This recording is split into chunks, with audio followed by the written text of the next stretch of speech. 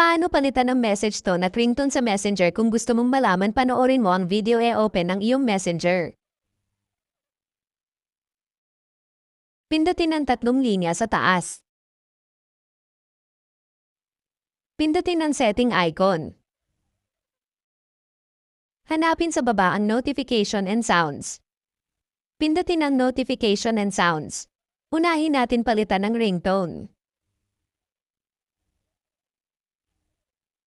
At dito guys, pumili ka lang ng ringtone na gusto mo, pindutin mo lang ang bilog sa gilid ng ringtone.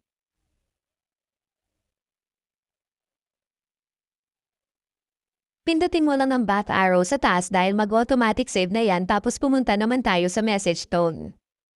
Pindutin ang customize notification para sa message tone. Pindutin ang notification sound.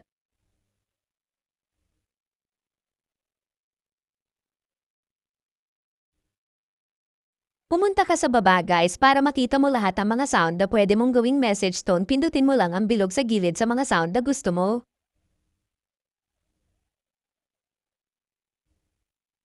Pagkatapos mong pumili ng sounds, pindutin mo lang ang back arrow sa taas at ito'y mag-automatic save na din sa iyong messenger tone. At pagkatapos mong set ang mga sounds sa messenger at sa ringtone ng iyong call, obserbahan mo kung napalitan na ito.